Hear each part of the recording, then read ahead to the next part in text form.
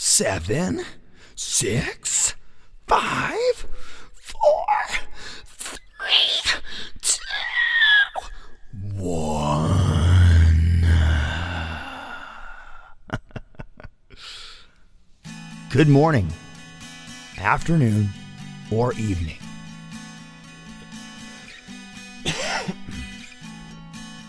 Welcome to IdiOtBlog 354. This is your host, Idiot Burns.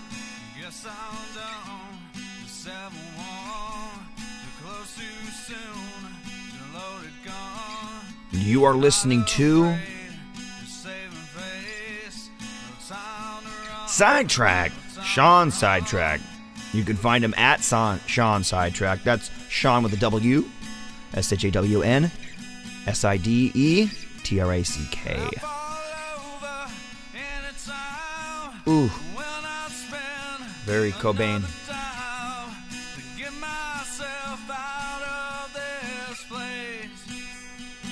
Now we are going to listen to his album. I think it's called Kings and Liars. Let me go look. Yes, Kings and Liars. Title track, Kings and Liars, is co-written with Tyler Darden. Moon Song, co-written with Unamon Dojo. And Find My Way Back, written by Unamon Dojo and Stephen Davis.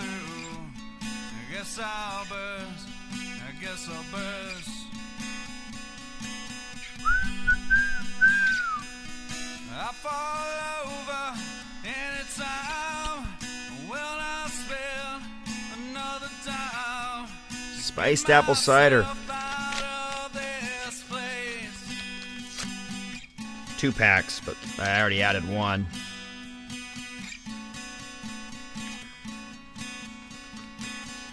Ooh, yummy.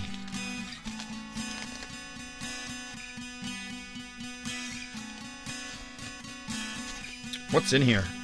Ingredients: sugar, malic acid, maltodextrin, dehydrated apple juice, sodium citrate, tricalcium phosphate. That's good for you. Caramel color, natural artificial flavors, butt juice, and vitamin C. Well, that's cool. My dad used to do that. I love doing that.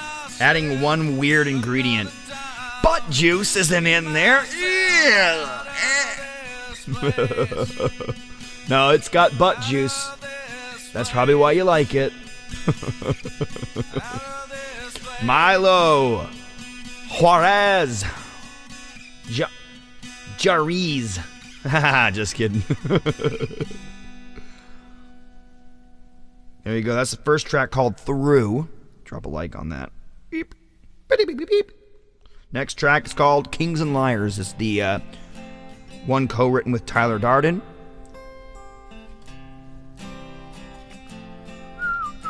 Can go up a little bit. Is it the volume here on my phone? Yeah.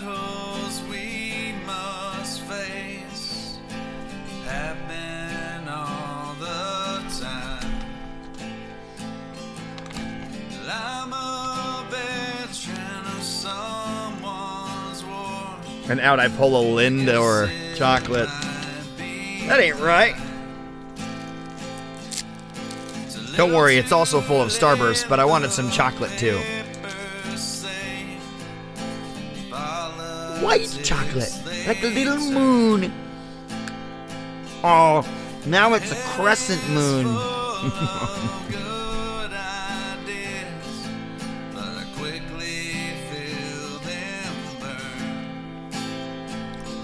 Today's show, once again, is being simulcasted to youtube.com/idiotburns and facebook.com/Christopher Burns.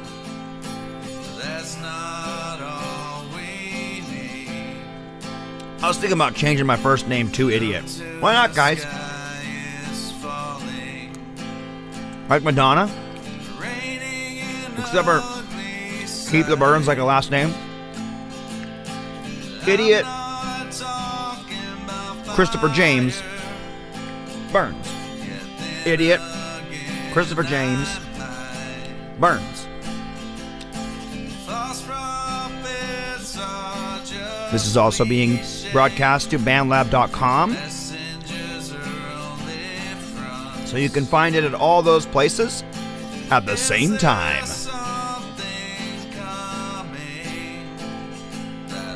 I wish that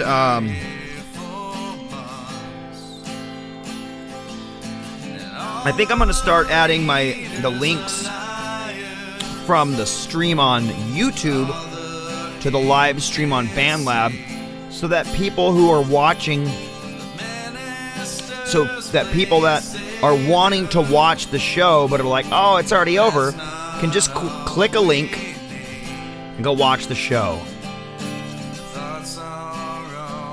So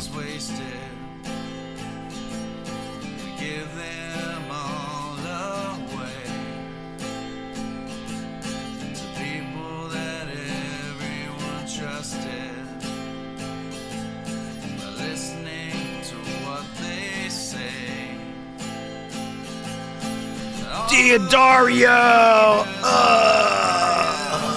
my least favorite, but I will say they're my least favorite now, but they used to be my favorite between 2000 to 2005, 2004, and that's when I discovered handmade strings. But, that being said, nothing wrong with Diodario Evans. I like Evans' heads on my drums just as much as Remo. Well, maybe not quite just as much on certain... I don't like them as much on toms, but I do like them just fine on kick and just fine on snare. And really, that's the most important of all. My problem with Evans is they sound restricted when tight. But they sound great low tuning. Well, Remo, not every time are they going to sound great low tuned, super low tuned. Sometimes you got to get pinstripes or other variations. You can't just go with the standard Ambassador or Emperor style.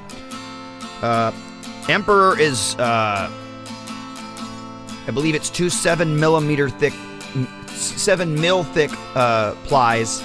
And Ambassador's 1 10 mil ply, and Diplomat, the very thinnest and the old school style, is 1 7 mil ply.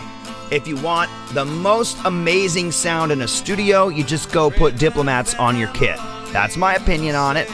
Doesn't mean I'm right, but you might be breaking stuff. Diplomats just sound amazing on a microphone.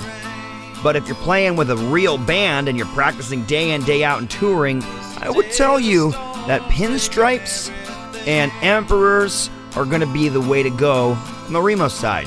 That being said, I'm not familiar with all the names, but I think it's called G2, Evan G2. And there was an Evans head that used to have a small layer of oil between the two and these little silver mutes. I loved those on the toms, though. I liked them really a lot on the snare. But Diodario, they have this like kind of tightness to them that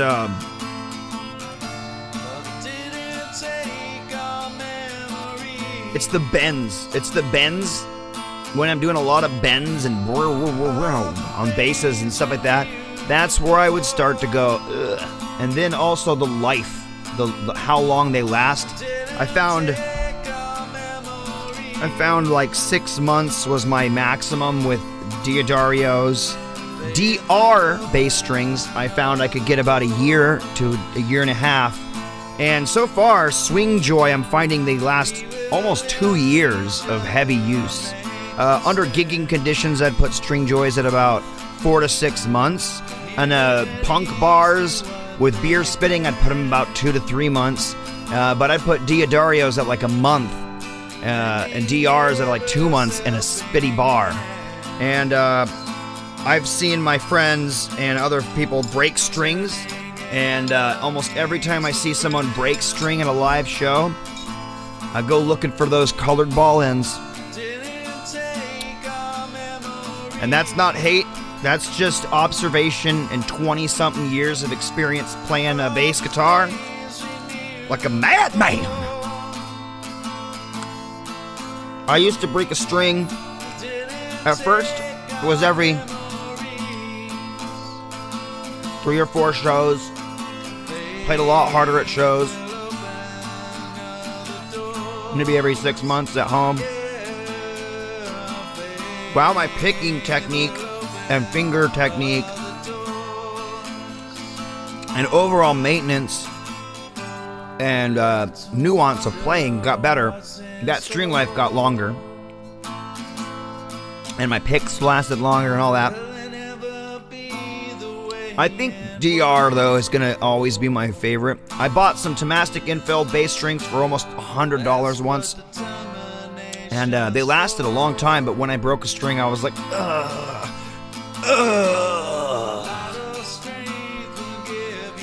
Yeah. Power bass, yellow box. I still have them all. Even the broken one. It's hard to let go of $100 bass strings.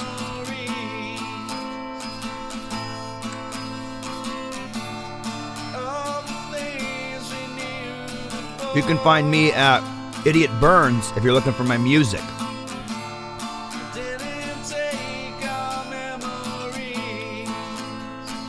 What I'm doing now is I'm playing the music of Sean Sidetrack. This is called Storms. I'm playing his album on the top of his page.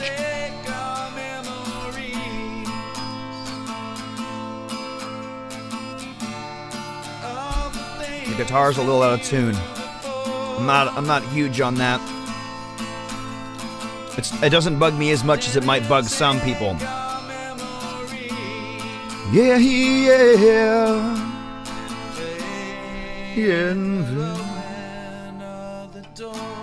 Whoa.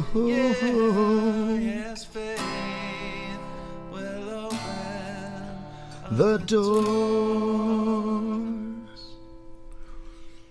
Dude, faith will open the doors, dude. That's cool. That was cool. I didn't know what to expect. I only listened to one song.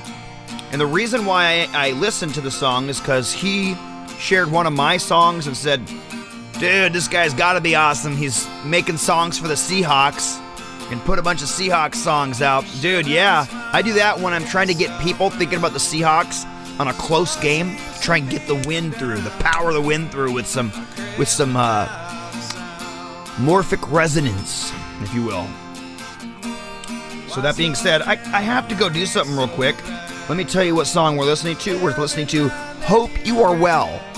Hope You're Well. Now let me pop on over to my Facebook and share it to my main page. There's a couple things I'd like to talk about today. One thing I want to talk about is the way I treat people that I don't know, who have what I view as stupid opinions online, is pretty poor on Facebook. And I try to stay off Facebook because I created a bad habit on there. I found I tried to restart myself here on BandLab and be a better person. And I think I've been pretty good, except for one time when I just got super pissed at BandLab themselves. And I shot myself in the foot super hard and lost my check mark. But aside from that, can't believe we're 13 minutes into the blog. But aside from that, I don't talk shit to my friends very hard. I'm usually like poke and prod at my friends, like, you really think that? You think that for real? What about this and that? But one of my friends saw me saying something mean to somebody he likes or is friends with or doesn't even know, but it just bugged him enough. And after many, many years of being in bands together and being friends, he just decided to flake out on me and ban me totally. Now, I understood when we were hanging out and we were jamming and he told me, man, I can't look at your Facebook anymore. And I'm like, that's cool. We can agree to disagree. We're beyond that, right? And he agreed. Well, he turned his back on that. His Trump hate and his love of cancel culture took a hold in his heart, and he pushed a friend away trying to create cancel culture. I had this happen to me earlier. I had a mutual friend of mine and his say, look, can't believe you're like this. You must be stupid. And I'm like, dude, come on, into the DMs and we'll talk about it. And in the DMs, he just kept calling me stupid. And I was like, dude, whatever, dude. This is how I believe. This is what I think. You can cut me out. You can do whatever you want. He goes, I'm gonna cut you out. If you don't stop talking like that and supporting those people, I just can't be friends with you. And I was like, dude, that's up to you. That hurt my feelings more because it was, he actually came to me about it and then still wouldn't see my side and still wouldn't see that I love him still. And that bugged me, but it didn't bug me in a way that's gonna ever make me change the way I act or behave. That's not how I don't respond to being punched in the face that way. Or slapped, or pushed from behind, or whatever you want to call it. So, that guy was not the closest friend. We mostly rode bikes together, and I recorded some of his songs, you know.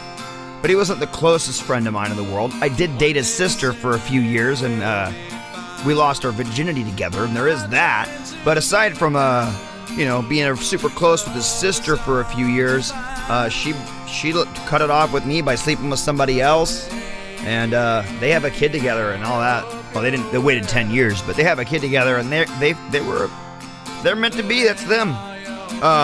He did come to me a few times trying to get me to go back to her and get her to break up with that guy. I guess he doesn't like me that much anymore. But my good friend Tim Coots, he just decided to say, fuck you. Cut me out of everything on Facebook and everything by text and phone. He's still friends with my wife. I'm gonna ask my wife to block him. Just because it's up to him. If he wants to see my family, I think he's got to come to me to see my family. Not keep looking at my life and enjoying my life through her eyes. It's not like he really knows her. And that's just my opinion. But hey, it's up to her. I can't make her do anything. I'm just gonna ask her to do it and see if she'll love me enough to consider it.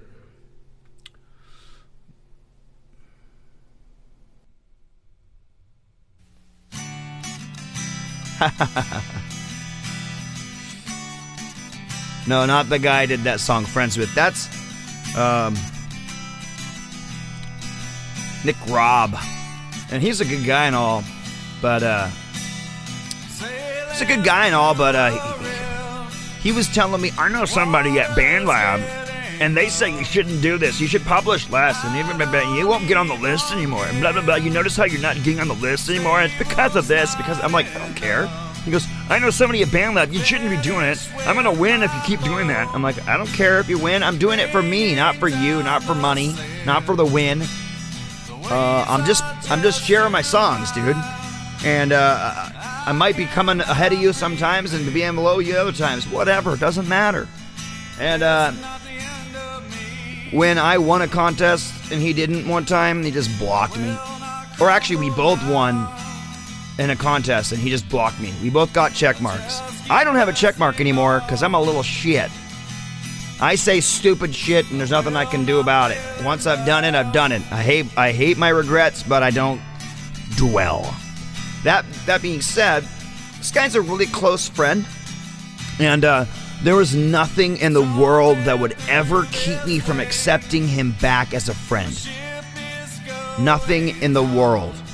He could stab me with a knife, right? He could stab me with a knife and say, you're just a fucking piece of shit, and run away and not talk to me for 5 years and not know how much struggle I went through with that wound and all and the intestinal problems. And then he could come back 5 years later and be like, just looking at me, and without even saying apology, I'd walk up to that motherfucker, give him a big hug and say, I love you.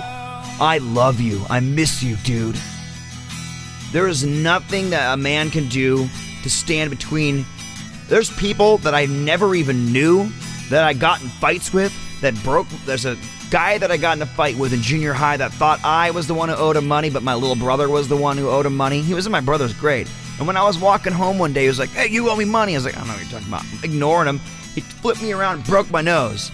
And then I had to go in and get it fixed. And I had to go into the school, and I had my mom come pick me up and all this.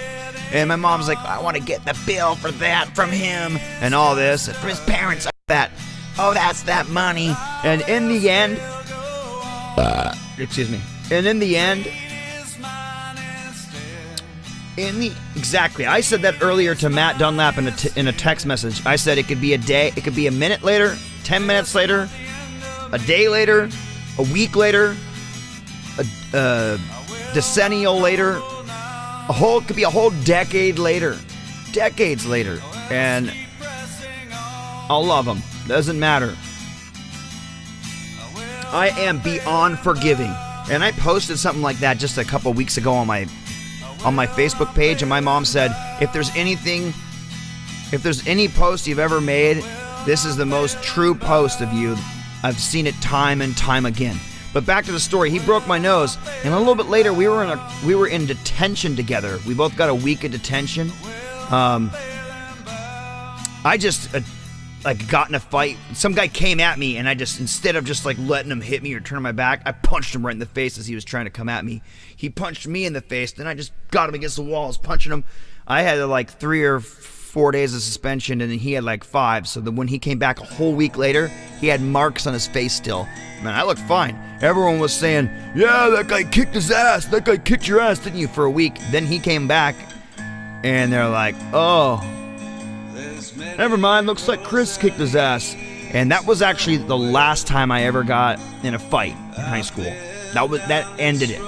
But that fighting started in 4th grade, so it was a long road. That being said, the guy that broke my nose when I was in detention with him was having problems with his math, and he was struggling. And I helped him get through. And you know what? He graduated from high school eventually. And after graduating from high school, he got a BA while working at McDonald's as a manager. And now he's got 6 kids, a wife, and a really good job. And he lives in the same city he grew up in Kirkland, which is basically one of the richest suburbs of all the Seattle greater area, where it costs you $500,000 to $800,000 just to have a house, and he's got one. So, that being said, the guy has done well for himself, and you never know. If I didn't forgive him and help him through math, he might have been with a GED. He might not have ever had the confidence and followed through. But I know we became friends, and we hung out many times after that. We met him breaking my nose. Avery Goodry. Sorry. This artist is amazing, by the way. Find my way back home. Woo! So that being said, we could be 50 years old, which is only 10 years from now. You know, we could be 50 years old, and he could be like, I want to be your friend again. And it's like you don't even have to ask. You never weren't. I know you didn't consider yourself my friend for some damn reason, but that's not how I work, bro. Shake my hand, and we're friends for life. Basically that simple. My way back home. Back home.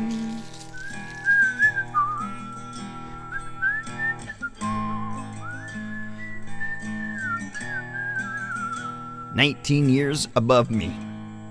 Are you a December birthday or November birthday? Talking to you, DK.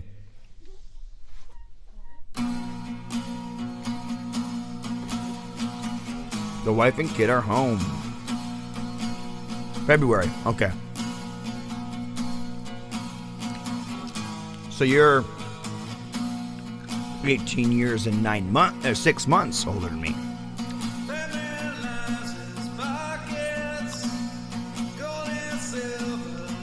February 13th, it's a cool one. 64. My dad is 56. I believe. Or 50. My dad might be 54. No, 50, 56. You could be my dad. Old enough to be my dad, dude.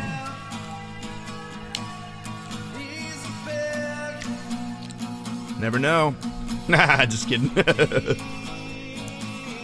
I look just like my dad. This guy's voice is definitely reminding me of Kurt Cobain. He says this is folk, but this is folk if it happened in 1990.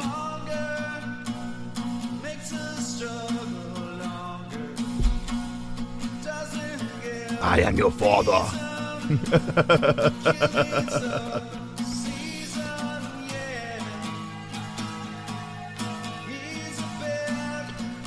I received my very first guitar I ever bought after 37 years.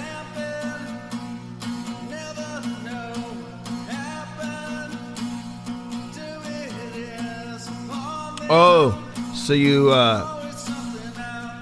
my kid's grandpa is 214 64. Wait, your kid's grandpa. Your kid via marriage, his grandpa is the same as one day after you? Oh. This shit's tripping me out. I don't know what you're trying to say. But did you say you didn't get your first guitar until you were 37 years old? Oh, that message is from my wife. I thought that was DK again for some reason. I didn't see you came on here. Papa Tim is born one day after you. That's pretty cool. Papa Tim is so in 1983. Yeah. Crazy.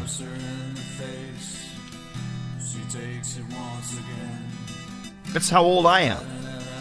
It's pretty cool, dude. I've always said you could start at any time, and the reason why I've always been confident to say that is because when I first started taking lessons, and I know I've said this before, when I first started taking bass guitar lessons, I was taking my Guitar Center in the back, and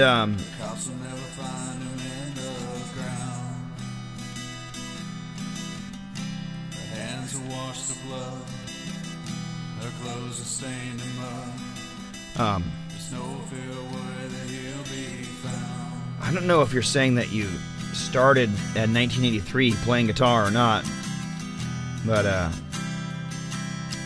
I'm gonna just talk about this anyways. Is that there's this guy that was doing lessons, and he was an ex-Boeing employee, and he was still taking lessons just to get, like, you know, a little deeper into it. And he took lessons from this guy on the jazz side. This guy liked jazz and metal and everything. So you just pick a song and he'll teach it to you, that kind of stuff, and show you the techniques that go into playing that kind of song, give you a week to practice them, see where you got with them. Maybe say you need to do one more week, here's some tips on it, and then that kind of thing. Well, the guy that was there in the lessons the hour before me was like a 50-something-year-old guy, and he was on his last few lessons and just doing some brush up. And he'd been taking lessons with this guy for like 3 or 4 years. Just started playing bass at this time. Oh, maybe he is saying that. Yeah, that makes sense. Yeah. Wow.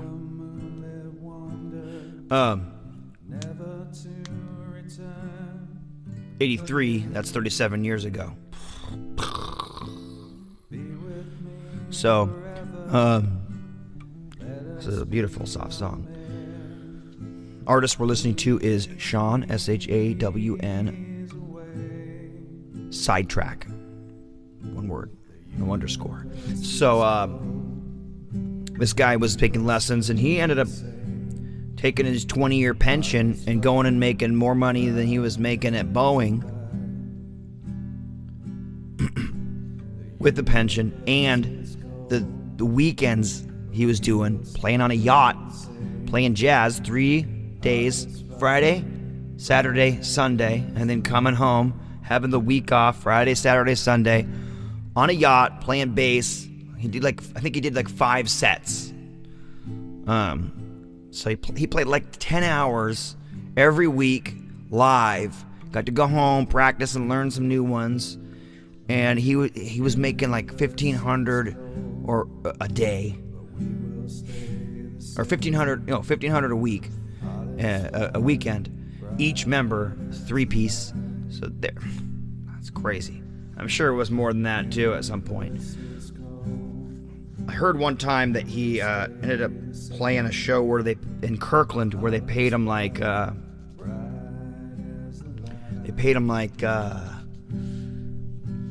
close to $10,000 for the band. It's pretty crazy. Man, that's a venue right there. But you got to be like soft music that draws people. So that's what they were. And a really cool drummer.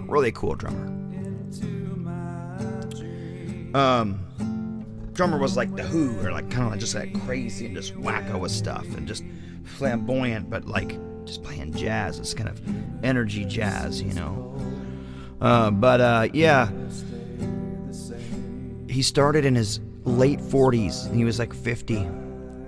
So that being said, it's never too late to start, and I don't think that's what you were saying, but okay.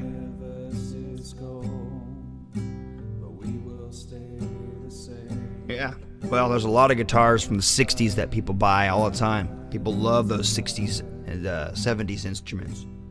1971 Fender bass my friend has. It cost him almost the entire $5,000 cash back when he bought his car. It's in pristine shape. Just missing one knob, and we went down here to Tacoma to a guitar shop here and got a 1971 Fender knob. Exactly 71. Brought it to him. It matched. He put it on his bass.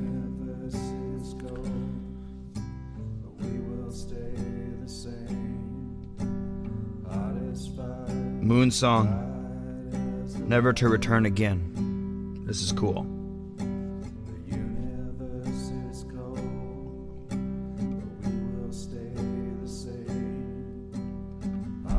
Major Tom right here.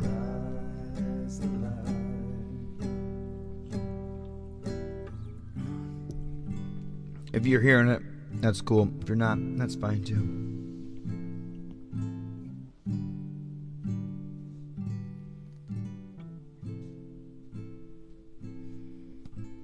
For sure, dude. Totally essential for maintaining insanity. Sanity. Gotta maintain that insanity. Insanity. What? Is it the last track? Looks like it is. Beautiful little album there. Let's just go back to that artist. And let's just play his page now because it's a great artist. We might hear some of the same songs again. We might not.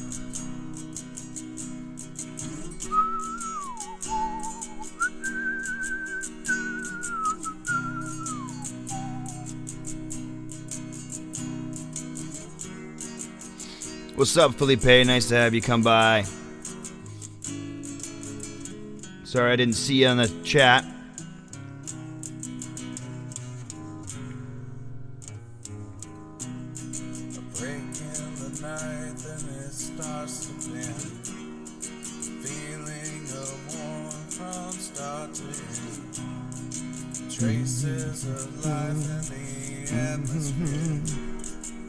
This is called Rain, Then Glare.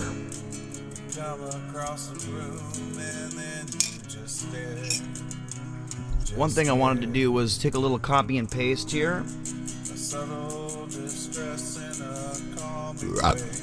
Go to the blog and just put that link in there.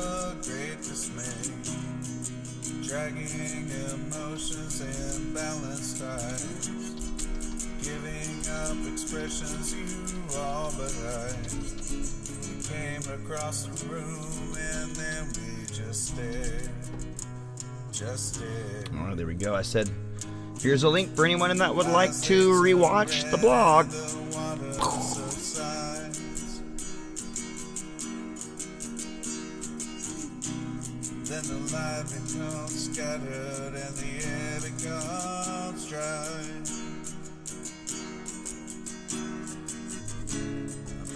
Yeah, you know that friend I was telling you about? He had an accident with his Black Beauty Les Paul 3 pickup guitar. A couple of them, actually. He had a problem with a pot potentiometer that just was not working right.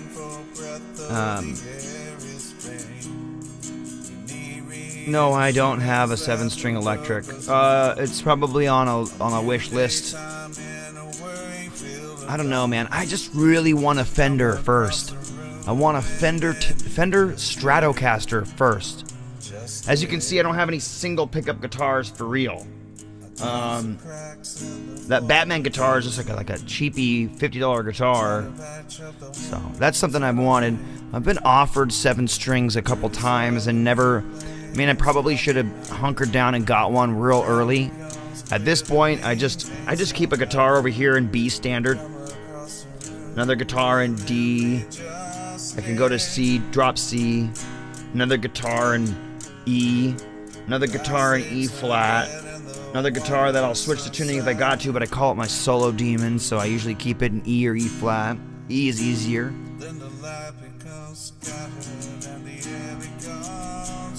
I've had different tunings I've done, but no 7-string here.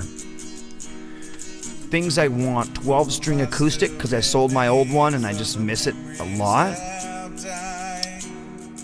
Fender Stratocaster, because I've never had one and they're just so quintessential, but hey, could live without both.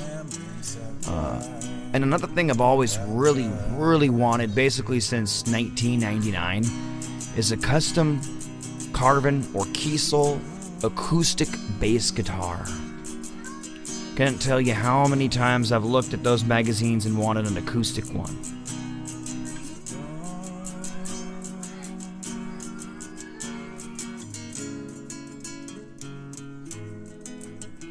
That's pretty cool. Yeah, you know, low B, I have it right here.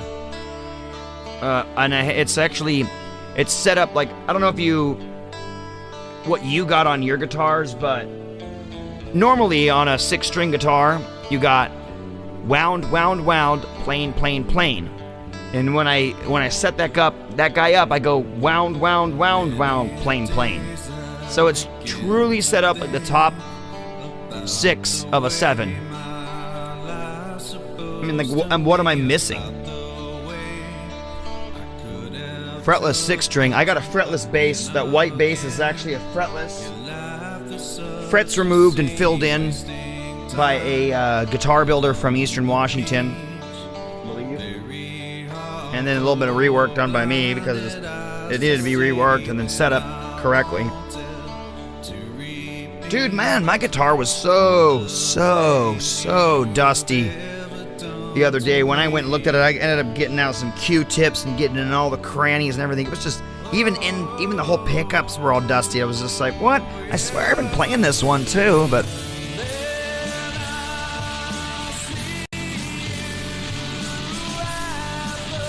At the brink. And I'll see you at the brink. Is that the bar you guys go to? The brink is where I get my drink.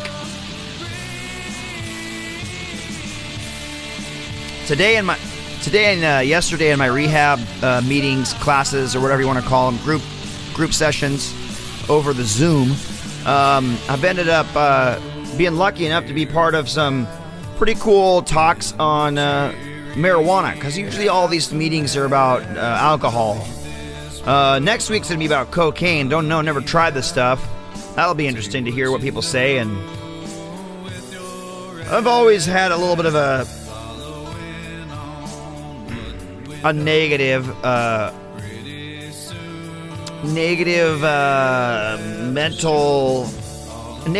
perspective on people that are willing to do stuff like cocaine. I know that it's addictive, but you gotta be willing to try it first. It's not like people just walk up to people and just start shoving powder up your nose. Or go, here, oh yeah, you didn't know that weed was covered in crack? You know? Now, I've heard of people like getting high on opium because they didn't realize this guy put opiums on his fucking weed or whatever, or got totally blazed because he put hash all over his weed. But you just don't really end up lacing shit very often. It's just not getting laced. That's not very common. And then people don't. Expensive cocaine. They're just gonna like put it in your drink. I mean, like, or what? That's kind of just doesn't happen. So you got to be willing to try it and buy it. And there you go, rabbit hole. I don't go down rabbit holes like that.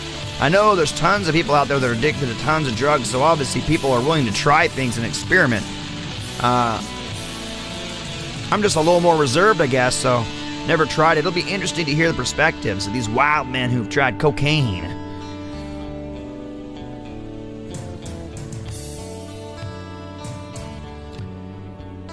Yeah,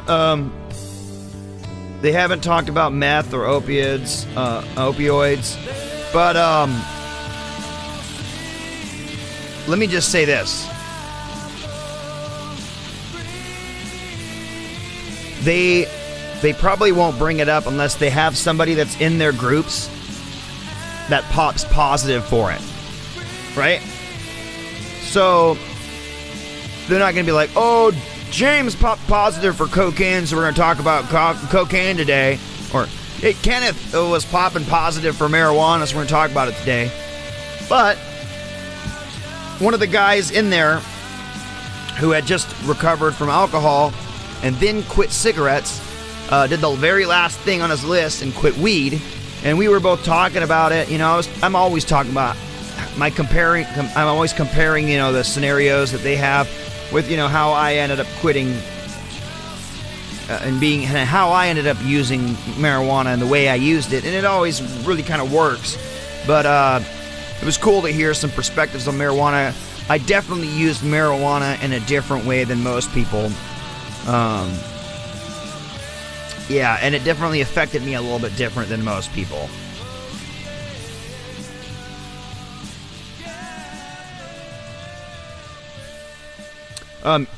What you could join is you could join if you go to like meetings, it's an app. You can go look up an app called Meetings, and it's just like an app that gives you lists of places you can go, and then you download that Zoom app that you can just join any AA meeting.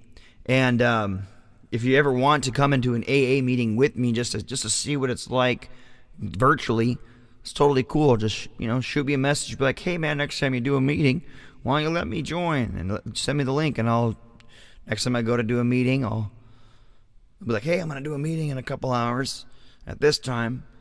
Here's the data to come in if you want it. Why don't you come in the meeting? And then when I'm in the meeting, you can be in the meeting. So that can be cool. This guy shares a lot of other people's music, so I have to browse around to find another track of his because nothing loaded until I go down here. Okay, here we go. This is called an intro acoustic. I'm just gonna swipe down, and get past all his advertisements,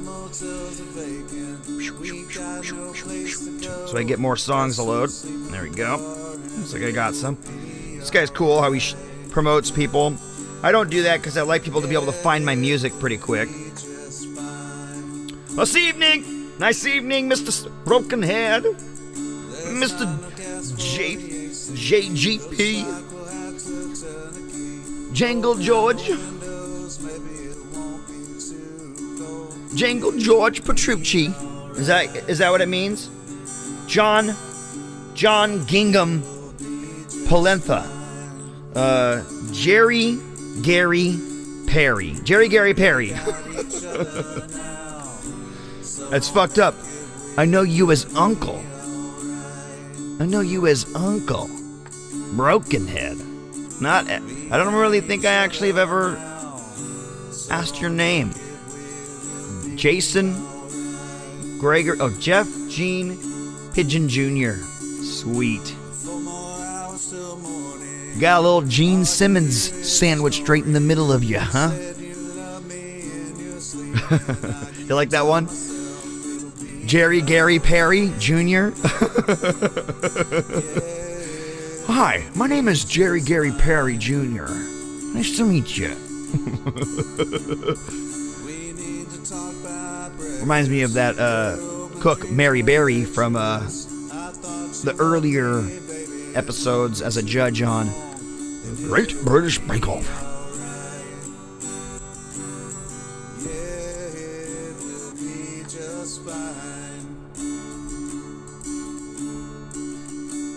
If they can't find your music, they're not on BandLab. That's why Broken Head is better, because it's just Jeffrey. Is it Jeffrey or Jeffrey or Jeffrey? Jeffrey or Hefe?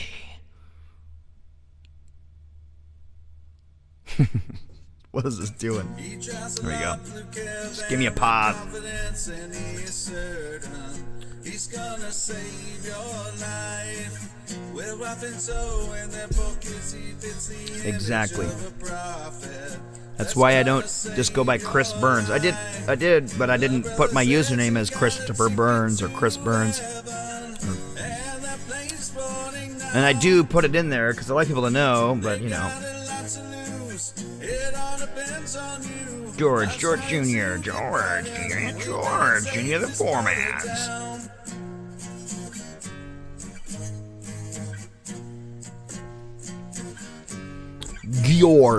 George, Jorge, in Espanol. This is a cool one. I already like the lyrics of this one. Brother Eastman, Brother Taylor, Brother Johnny Lee, all the congregation said no. The brother said you got a ticket to heaven, and that plane's boarding now. I gotta open up Unknown in another page to see who the heck is Unknown over on the BandLab chat. The live chat on the BandLab side. So I get a lot of action over on the YouTube and on the BandLab, but I don't get a lot of action on the Facebook. I never really promoted the IdiOtBlog page because I just didn't see a purpose in it. It was just like another spot for it to be Nate the Great. That's who it was. Nate the Great 12.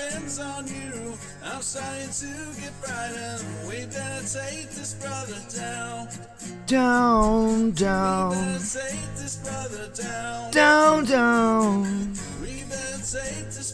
down, down, down. Just singing along. Is this the song that existed before?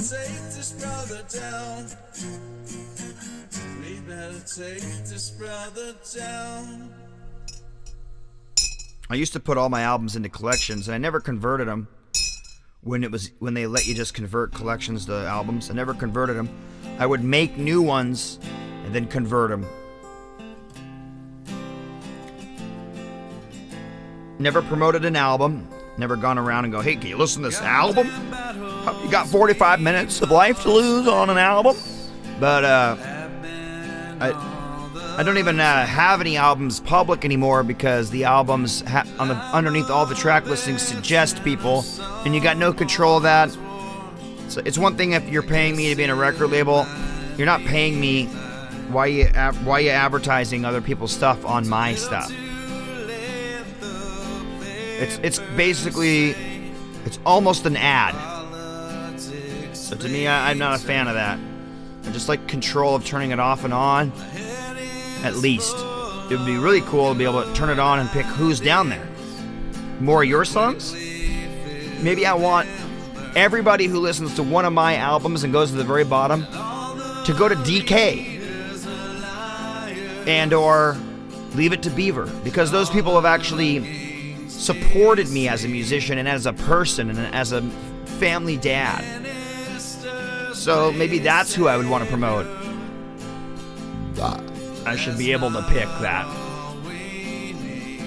So I'll leave them another nastygram, or just a simple request. I mean, requesting, hey, can I get that change?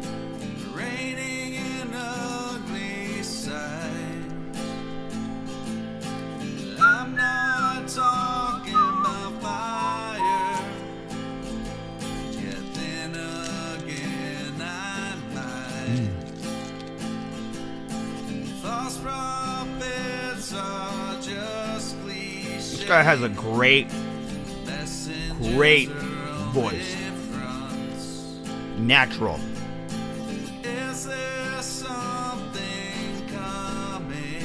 I haven't even heard a sour note. A couple of times the acoustic wasn't perfectly in tune. But that's kind of like a natural little chorus most of the time. Doesn't bug me too much.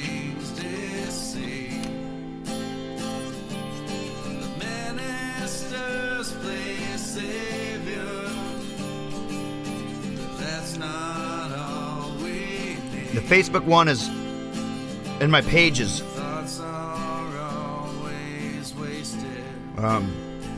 You go.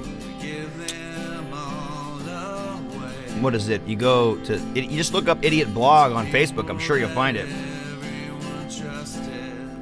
I don't know. I never tried. Yeah, I'm THC free. Kind of sucks.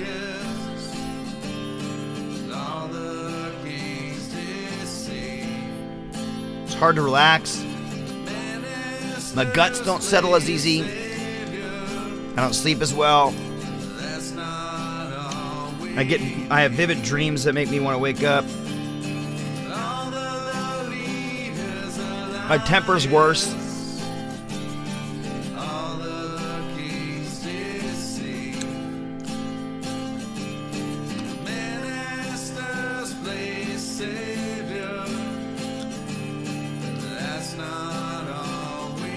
Nice track. That's not all we need. That's not all we need. That's not all we need. He's in Liars again. Joey Esther, can't wait to hear this new one that's going to come out from you guys.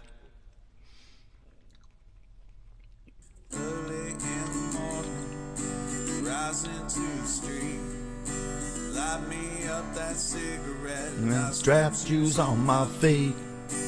Got me a reason to move on. Got to find a reason why my money's all gone.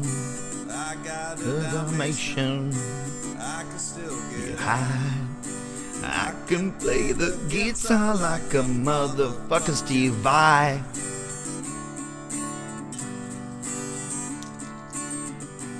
I did listen to the song you sent. It was a lovely Christian tune, and I was thinking, where do I belong on this one? And I was like, I belong on bass on this one. Bulletproof this chest, taking it to the tip from me. Charity. Within my reach, some bright starts straight from Long Beach. Come spread to you, about to get what you deserve. Catch that, gonna get served. Lost what I got, just trying to ride out. Feel it when the dance gets on. Love is what I got. Remember that. Love is what I got. Remember that. Love is. Wait. I don't get the bills I got to pay. I don't get angry when my mom smokes fire. It's the bottle that was back to the rock. Bucket and pride and it's all the same. Live with Louis, that's the only way to stay sane. Let the loving come back to me. Loving is what I got. Remember that. Love is what I got. Remember that. Love is what I got. Remember that. Love is what I got. Woo. Yeah.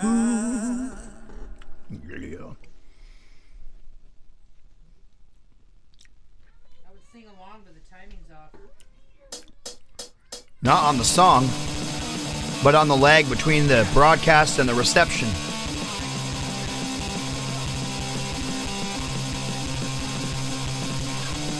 What? Void of all.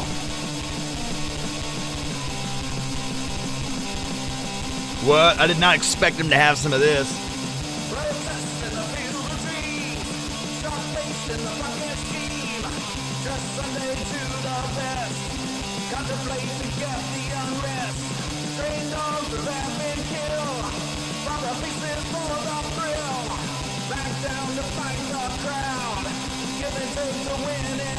Wow, that's pretty cool, dude. A little piece of a guitar string.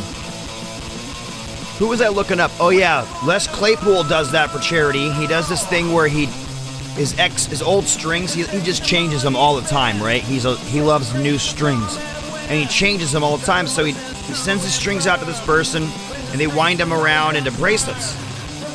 And then you buy them. It's like $100 bracelet, and all the proceeds go to charity. I'm sure the lady or guy who makes them gets a certain chunk to keep their business going.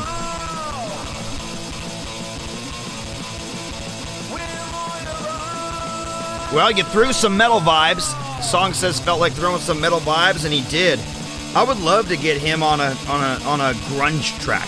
Not metal, not soft acoustic, but like some grungy blues track. And he would really fit in it well. I actually have some acoustic metal that goes acoustic metal that he could actually do some cool stuff on too. I'm gonna try and get this guy to work with me. We'll see. Man, I've gotten 3 Starbursts and all 3 were the same friggin' flavor.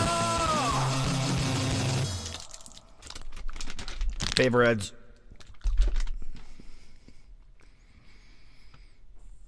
What's next? Yeah. Is this Buffalo Springfield or is it? This is Neil Young. I don't remember. There's colors on the street. Red, white, and blue. People shuffling their feet. This makes me want to play the drums. People sleeping in the shoes. There's a warning sign on the road ahead. A lot of people saying they'd be better off dead. Don't feel like Satan put a hand to them. So I try to forget it any way I can. Keep on rocking in the real world. Keep on rocking in the free world. Keep on rocking in the COVID world. Keep on rocking in the real world. I know it's free world, but I like to have fun.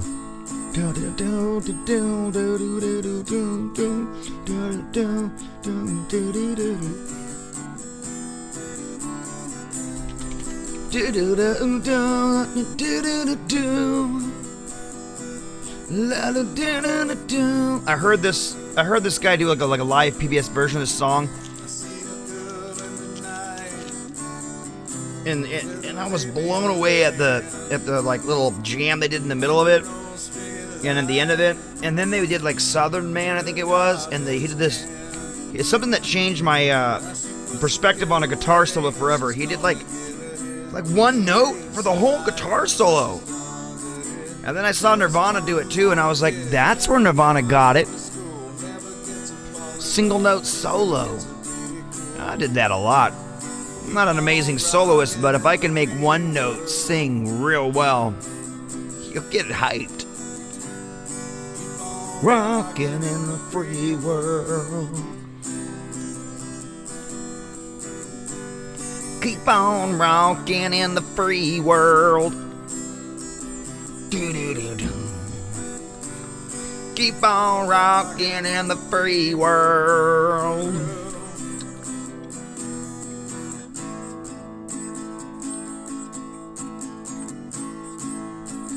Enough's enough. And 4 Non-Blondes.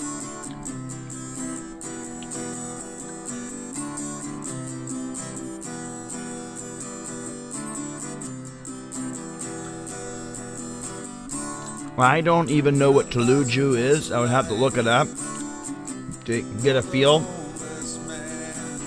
Would I be trying to write to just singing? Because that's one of the hardest things for me to do. I'm actually not that type of musician.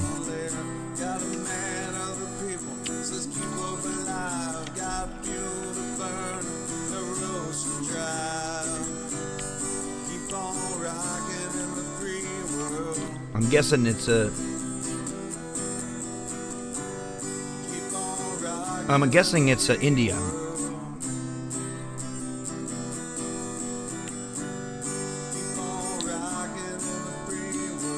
I'm not gonna say I can't, because I usually could do anything I put my mind to, but it's not. It's like writing to lyrics is a certain kind of musician. It's like writing to lyrics is like the guy that has the golden ear, or the guy that has a deep musical sense. I'm more of a inspired by rhythm, and kind of play better with people. That being said, certain tracks that people have proposed me making, have unfolded nicely, but usually that was done in person, where they could go, no, not that.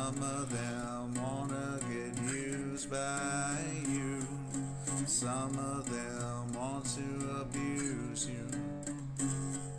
Some of them want to be abused.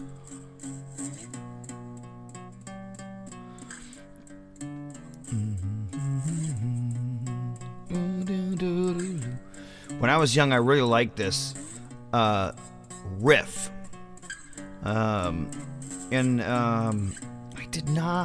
I wasn't a huge fan of Marilyn Manson, but I did not mind his version of this.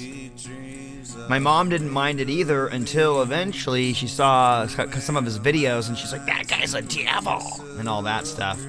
I don't falter for her own fears and personal issues with a guy like that. He was pushing the envelope for publicity, really. Use you.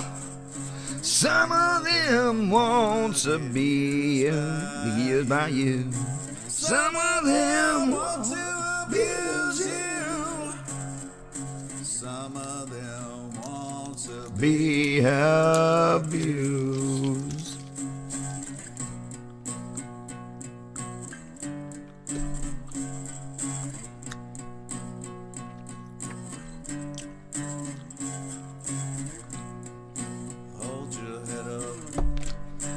Keep your head up. Hold your head up. Moving on. Hold your head up. Keep it on. Hold your head up. Moving on. Beat map, what's that mean? Sweet dreams are made of these. Who am I to disagree? Travel the world and the seven seas. 50% of what I do in single takes, dude. I sit down and I listen to a part and I do like the guitar, and then do another guitar and another bass. I didn't think I'd do so much music. I just sit around here tinkering and trying to get a good riff or a good lick. I just play it, repeat it, give it some bass. Gone. Put it online. How'd you get the mix? Oh, I preset that last time, and I just do the same thing over and over. Where's the bass go? It's that notch. Where's the guitar go? That notch. Same thing every time. Don't touch these knobs ever. You know, I just have like a setup. I leave it and forget it. It'd be like if a band went into the studio and then never had to leave. They'd just leave their shit set up. They'd get a hole in the rig for the fucking tour, dude. What the hell, man? This guy promotes so much. It's like you gotta go to his page and reload it every few minutes. Oh man, I went back to his page and page back. Man, come on, man. There we go. It's been a good life. Original. Brian Emerton and Sean Sidetrack. That's a cool little duo. Beat map. I want to look up what the heck beat map is. I'm feeling like it's like a bar at a time that you could like play by pressing a button or something. Sweet. Sounds good, Joey Esther. It's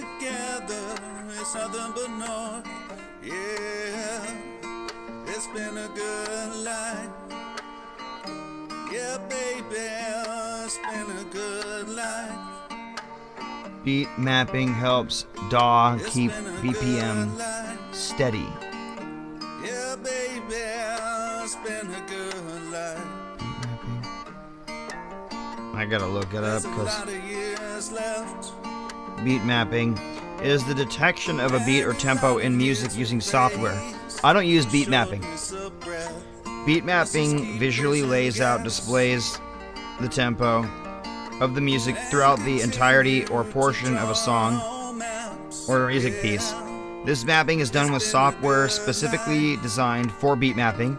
Well, that's been added to BandLab because if I import a song, it automatically changes my beat, my tempo to what it thinks it is. I could go in there and set it to 74 and then import the new file, and it will sometimes go 148. No, I didn't put it at 148. This is a 74 beat per minute song. Thanks for your interpolation, but you're wrong. It's been a good life. Yeah, baby, it's been a good life. Beat mapping software is often a component of a music editing software like Apple's Logic 9 or Mixmeister. A benefit of beat mapping when mixing music is that it keeps the project in time with the metronome tempo, which is the steady underlying bass beat of the music. Beat mapping software is also often used to help develop a beat to use underlying with a live music performance, and objects are added to the map of beats that set a change in tempo matching changes in music during the live performance. That sounds horrible to me. I'm sure some people could love that. That sounds horrible to me. Like that sounds horrible. It sounds like it would be really cool for this reason. This is the reason it'd be cool. If I had a song where I record the drums first and I want to be like changing tempos in the song, and so that if I wanted to share it with someone, they would know like what tempos to record, what parts at. That's when it sounds pretty cool. Man, this guy shares a ton of people's stuff. So much, I can't even get more than one song to play without loading them all. Like just browse his page. Up, there's a whole load. Up, there's a whole load. Oh, there we go. Oh my gosh, there's a whole. There we go. Yeah. Oh my god. Okay, we got a bunch loaded. I think. I didn't go all the way back to the beginning of his page, but I mean.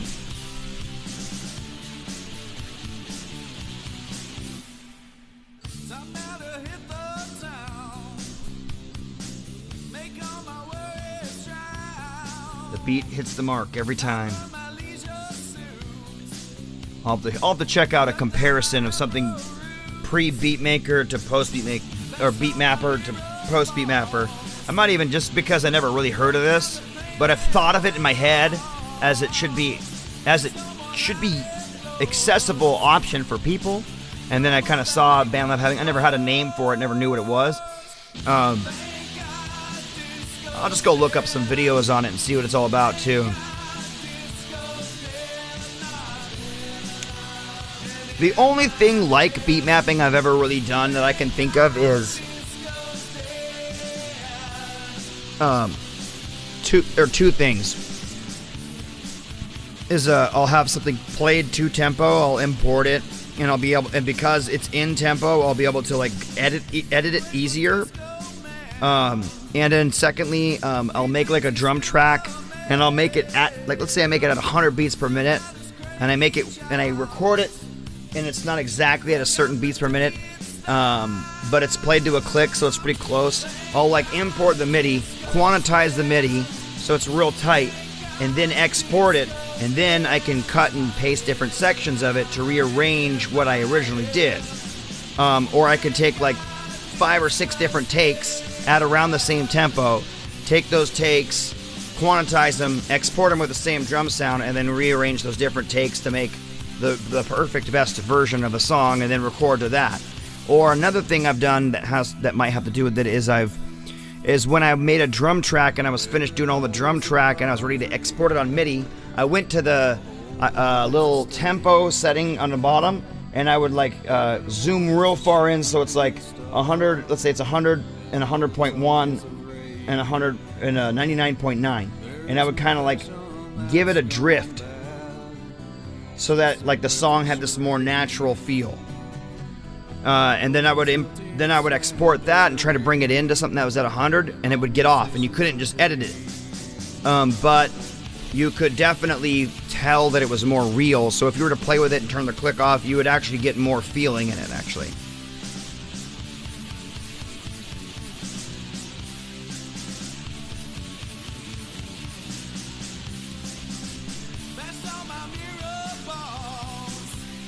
Dude, this one's very cool. Disco's Dead rock version. Written years ago from the archive. Me on Vox and performed by the band Cindy Cyanide. Very cool.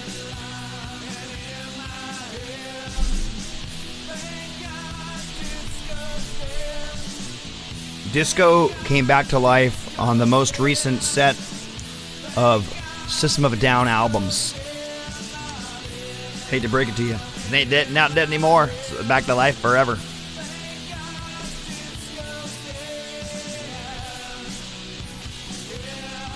Disco, speaking of cocaine, how'd you get so hot on the dance floor?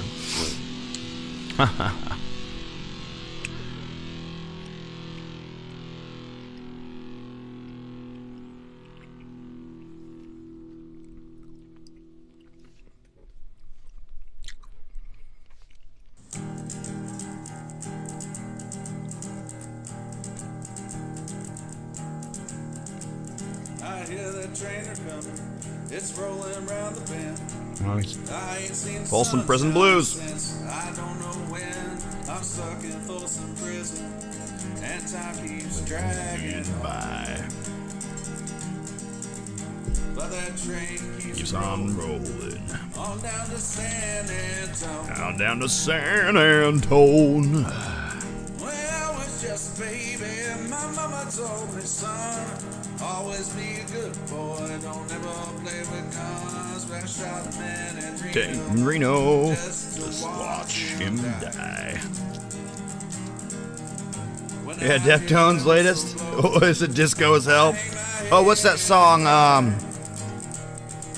There's that song that's like I stare right through you. Oh man. It was a song probably 10 years ago or more. About 12, 13 years ago.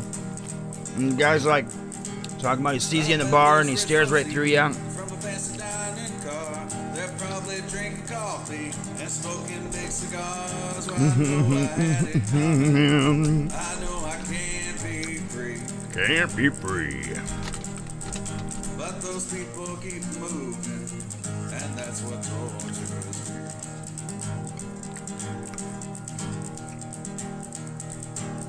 I shot a man in Reno just to watch him die.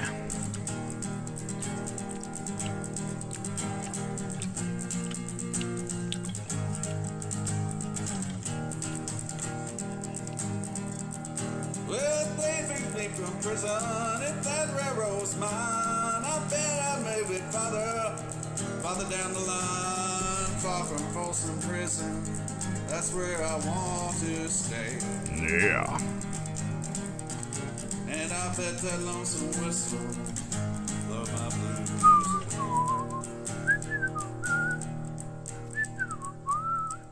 I never even heard of the band. HRBY. Herbie. Herbie. The band sounds pretty damn Herbie. How Herbie is it? It's Herbie metal. Some damn good Herbie metal. Time now to hit the town. Disco's dead again, but now acoustic. Make all my worries drown. Why not? Let's check it out. For my leisure soon. You know what? I'm gonna make this the last tune. My Afro roots. I'm just tired of this stool. Mashed all Just my like a, hero just a damn plank. My ass hurts. Wrote down the painted walls. There's My no lower more back's outlet cracking. flow. I'm getting old. No more bad makeup books. Thank God It's not a band. disco's dead. Thank God disco's dead. Well, his name is Harvey, but he misspelled his name. It's Herbie. Like Herbie metal. Sounds cool though. I'll have to go check it out. Make a note. Make a note. Make a note for that one. Mr. Note Guy, you guy makes notes. Yeah, I make notes. Whatsoever, man. I got like thousands of notes in this damn phone. Hey, man. Disco man. He thinks he's still a man. I had a Ventura 12-string. It had a brass nut and a brass bridge saddle piece. And it just sounded just so twangy and lovely. Thank God disco's dead. Yeah, I don't know famous people. Just kidding. I'll have to look them up. HRVY, and it's Herbie. It's Herbie metal. Told you so. Thank God disco's dead. Got it in my list. Yeah. Police. Everybody's a pop freak. The whole world is a stage. This is cool. Everyone is a shooting Dude, this guy's an awesome star. musician. And all the Sean. songs of rage. Heck yeah. Okay, whatever the next song is gonna be the last song. Alright, I lied about this one. Just a perfect charade. No one's guilty of slandering, and all musicians are paid.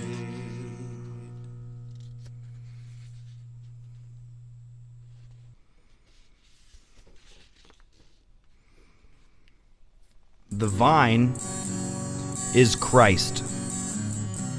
I am the branch. The Holy Spirit is the sap that runs from the vine into the branch. The branch lives, grows, and bears fruit, not by struggles and efforts, but simply by abiding.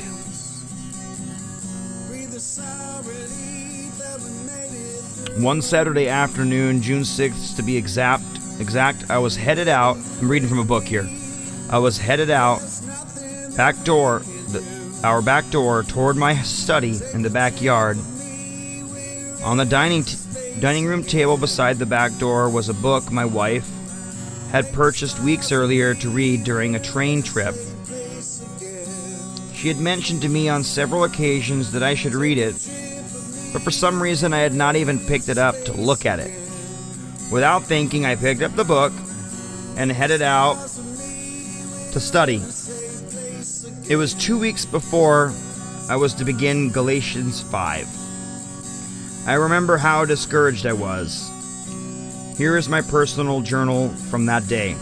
For months, I have had one experience after another where my heart yearned for a deeper walk with God. Turn this down a little bit, just a little bit.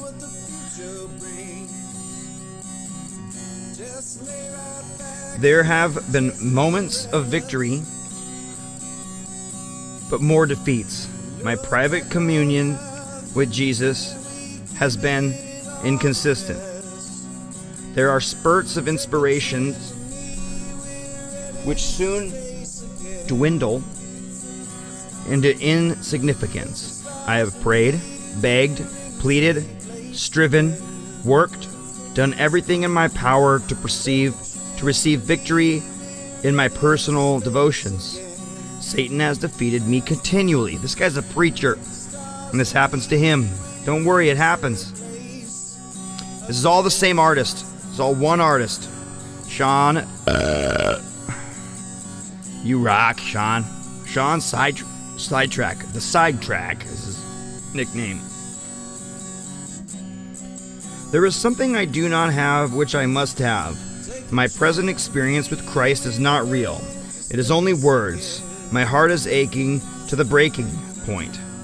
Oh God, please I beg you, give me victory tonight. You have said in your word, how much more shall the Heavenly Father give the Holy Spirit to them that ask Him? I do not feel I can pray or preach publicly again till I get victory. I need continuous victory, consistent victory. I beg of you to search my heart, lay it bare, reveal to me my every sin. Receive thyself to me tonight. I believe the human heart has no desire which you cannot satisfy. O God, out of my heart let the rivers of living water flow. At some point in the afternoon, I opened my wife's little book and began to read. The title of the book is They Found the Secret by Raymond Edmond. The work is composed of 20 short biographical sketches of great men of God. The author's goal was to chronicle the time in each man's life when he entered into what he called the exchanged life. I know he never does win. He's sitting in his own little dwelling spot, all alone, as each and every soul finds redemption in the final moments. I've said it before, but that being said, these words of service can help you find that way quicker, that exchanged life that he's talking about. You know what I mean, bros. God used the first chapter in that book to revolutionize my life. It was on Hudson Taylor. After the first paragraph, I was hooked. Here was a man who knew exactly what I was going through. Writing to his mother, he described my situation perfectly. My own position, he said this is what the guy said in the book, Hudson Taylor. My own position becomes continually more and more responsible, and my need greater of special grace to fill it. But I have continually to mourn that I follow at such a distance and learn so slowly to imitate my precious master. I cannot tell you how I am buffeted sometimes by temptation.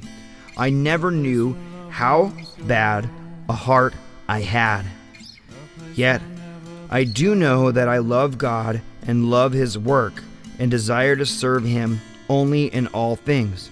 God used a man named John McCarthy to show Taylor the way into the Spirit-filled life. John, a missionary himself, heard of his struggles and wrote a letter that transformed Taylor's life. As I read McCarthy's letter and the comments that followed, it was like a light switch was turned on in my heart. It was so clear, so simple, I don't know how I could have missed it. The central theme of Taylor's testimony is abiding. The Christian life is a life of abiding in Christ. Here it is. How does the branch bear fruit? Not by incessant effort for sunshine and air, not by vain struggles for those vivifying influences which give beauty to the blossom and verdure to the leaf.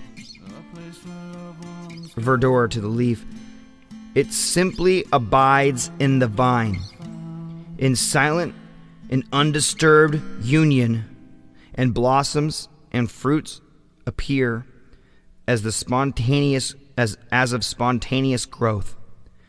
How then shall a Christian bear fruit? By efforts and struggles to obtain which is freely given? by meditation on watchfulness, on prayer, on action, on temptation, and on dangers? No, there must be a full concentration of the thoughts and affections on Christ, a complete surrender of the whole being to Him, a constant looking to Him for grace. Christians in whom these dispositions are once firmly fixed go on calmly as the infant born in the arms of his mother. Dude, that rings so true for my history. In the times in which I do not speak and believe and ride with Him in my heart, in the sense that I'm talking and discussing and living and reaching and striving to be just like Him in my contentment and in my deep thoughts, and just living it that way. That's the way it is. That's the way it goes when you allow yourself to not to peak, not to stress, you abide. You got to abide. You just simply let that faith dominate. It doesn't sound easy, but it actually is easy. It takes a switching in your thoughts. I could read more about this later, and I will, but it's getting like an hour and a half in, so I might as well call it a show. We're listening to some of these songs again, so heck, I'll see you guys tomorrow. Remember, we are music. Thanks everybody for coming out and enjoying the show. Go ahead and leave some likes. Go ahead and leave go ahead and subscribe to my YouTube if you haven't already. Send me a track if you want me to listen to it. Send me those tracks, DK. Send me those too. Send me the tracks, Joey Esther. Go ahead and send me a link to anything you want me to listen to that might give me an idea of what you're trying to create. Just give me some influences to work off of. Yeah. So thanks everybody for coming out and enjoying the show. You should definitely go over to Sean Sidetracked and go like every song.